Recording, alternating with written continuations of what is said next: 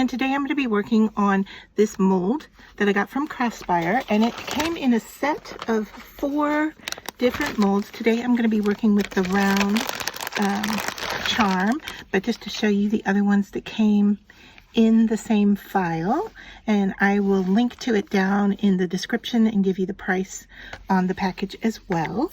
But what I'm going to use here is a piece of book paper that I've actually painted and stamped and doodled all over, and I have a tutorial for that, and I can link to that down below. But just to show you, I keep a file of these papers, and I just took a circle punch here. This was a 1-inch circle punch, and I picked out that section there and punched it to fit into my piece, and then I poked a hole into it. You can see right there a hole to fit over the opening of the circle. So the first thing I'm going to do is I'm going to use some clear UV resin because it sets up fast, and I really don't want to fill my charm. Okay, I just want to put a small thin layer down. So I'm going to squeeze in my UV resin. All right, and then I have, you could use a toothpick, a paintbrush. I have these little swab things, and I'm just going to use it to move my resin around in here and get a small thin layer happening on the bottom. I am working a little bit fast, only because I'm working under daylight lights, which actually cure the UV to some extent. And so I'm just going to go in here with this and work on popping out any little bubbles. However, that's the back of the piece. I'm not too terribly worried about it at the moment. I'm going to tap it down on its surface. I can see here I don't have it covered down here yet. All right, just make sure I get as much bubble out as I can. Although, like I said, it's the back piece. It doesn't matter as much of what that looks like. All right, so I think we're good there, and I am just going to now give it some exposure with my UV flashlight.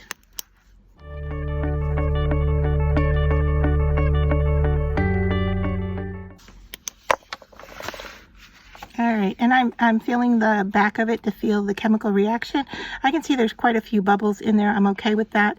For the most part, it has already cured. It cures like in 10 to 15 seconds. So I'm going to be building layer here. So the fact that it may not be totally cured is okay with me. So now I'm going to put my paper in place and push that down and just rub it around the outer edge.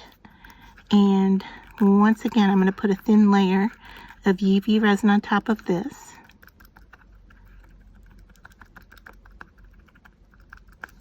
Just make sure that's all down and that I don't have any bubble happening. All right, so I just want to make sure that that's sandwiched in there really well, and I could actually take the flat end of this piece and go around to make sure that it's in there well. All right, and now another layer of UV.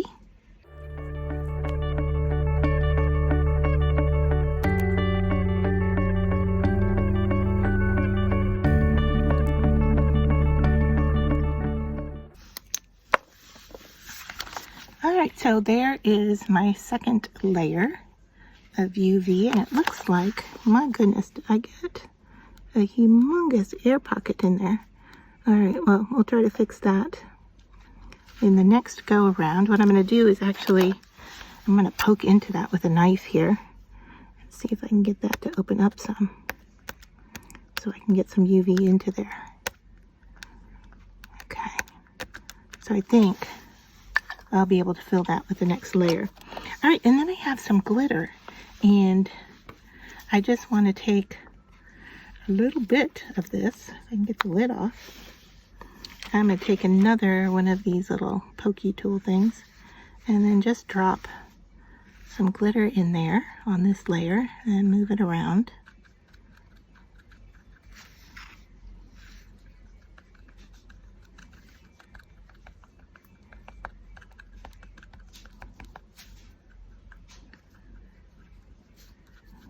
And of course you could add, you know, anything, or just leave it without the glitter, even if you wanted to.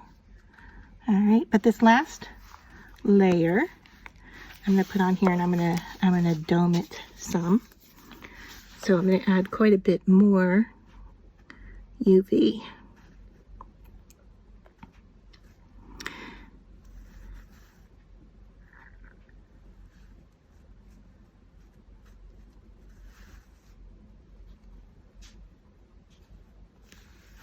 All right, and then of course I have to work on the air bubbles again. So this is going to take just a little bit of work to get those out.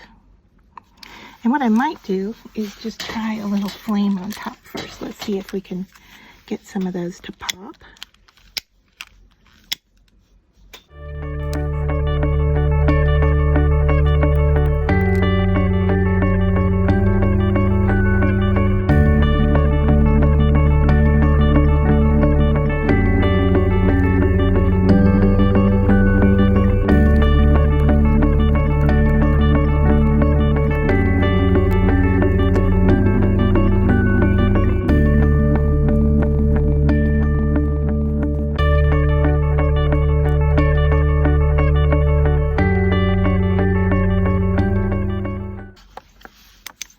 Alright, so after pulling off those air bubbles, and you saw I went in there with an X-Acto knife to pop those channels that I was having some trouble with.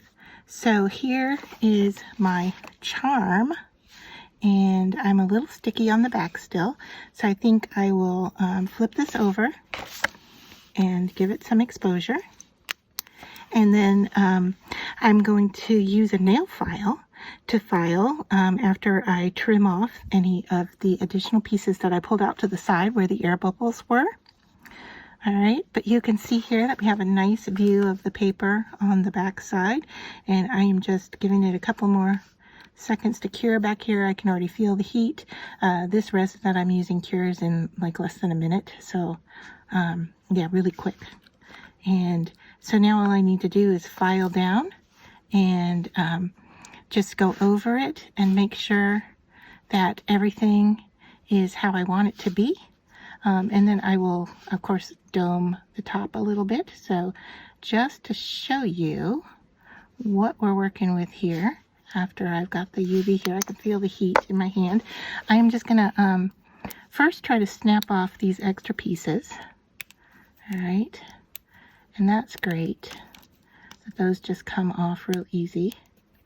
All right, and then I'm going to grab, sorry for the reach there, into my nail file, and I'm just going to go around the edge here and take any of that excess off. I'm going to move my mold out of the way so I don't get the dust in there, because I don't want to have to clean that out if I don't have to. All right, so I'm going to go around the edge and make sure that all of those little pieces are down and smooth. All right, I'm just going to feel around the edge here. We're good. The hole in the back is good. Everything, it seems like I've got a little teeny piece right there, maybe a bubble, I don't know, but I'll file that smooth. All right, and feel this edge. Everything looks good. All right, so now I am just going to bring in a cloth to wipe any dust off of it.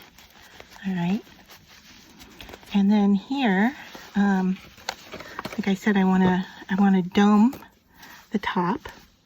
So I'm going to add some more resin, and it looks like I do have a fair amount of bubble in there, but with the glitter, I think, you know, we're going to be okay. All right, so I am just now going to move this glitter around to the outer edge. You can kind of see what I'm doing here. I'm just taking it out to the edge. I'm going to try to avoid the opening there. I can always drill it again if I need to. And then I'm just going to take, let's just use this to hold it in place here. And I'm going to go around the outer edge if I can with my tool, just to add over the areas that I sanded so that it's nice and shiny. I can go back in and work on those if I need to, but I'm just looking here to see if I've got the top surface here domed well enough. Right. I can even go around this outer edge with my finger if I want to. Just, whoop, and I tilted it, so now I've got a lot more UV resin going around the outside there. Okay, well, let's put that back down. Kind of clean up what I've got going on here. The nice thing about it is that nothing is permanent here until I get the light on it. So I think we're okay here. Just checking everything out. All right, so I'm kind of happy. Just smoothing out the edges here. Right. Making sure I like the look of what I've got going there. Wipe off my fingers, and then I'm just going to expose this.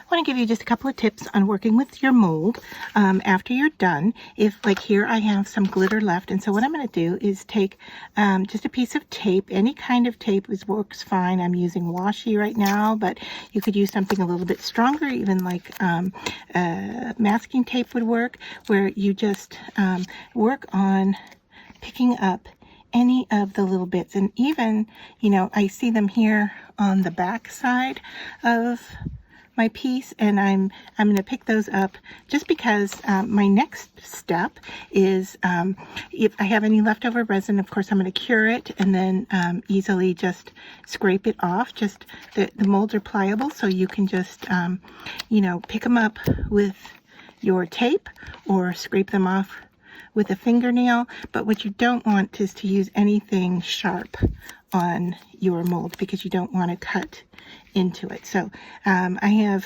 pretty much cleaned that out, and then I'm going to put it back in its storage bag, and they give you a Ziploc bag for your mold, so that's really nice because some of those, you know, crinkly bags can be really noisy and not really user-friendly to use over and over again, where this Ziploc bag makes it nice to keep them clean and dust-free until the next time. So I made sure to clean that off well and store it back in its bag. So those are the two tips I have for you, is to make sure that your mold is clean before you put it away, and to use tape to do so, and then also always store it in a bag. If it's not the bag that it originally came in, to do that in a Ziploc bag. And so the next thing I'm going to do is to finish this piece off with some wire and a bead, and then we're going to hang it from a black neck cord and be done with this piece. So I hope you enjoyed seeing me work with the mold from Craspire, and I thank them for providing me with the materials to do this tutorial. And I will put the links down below to the mold and the price.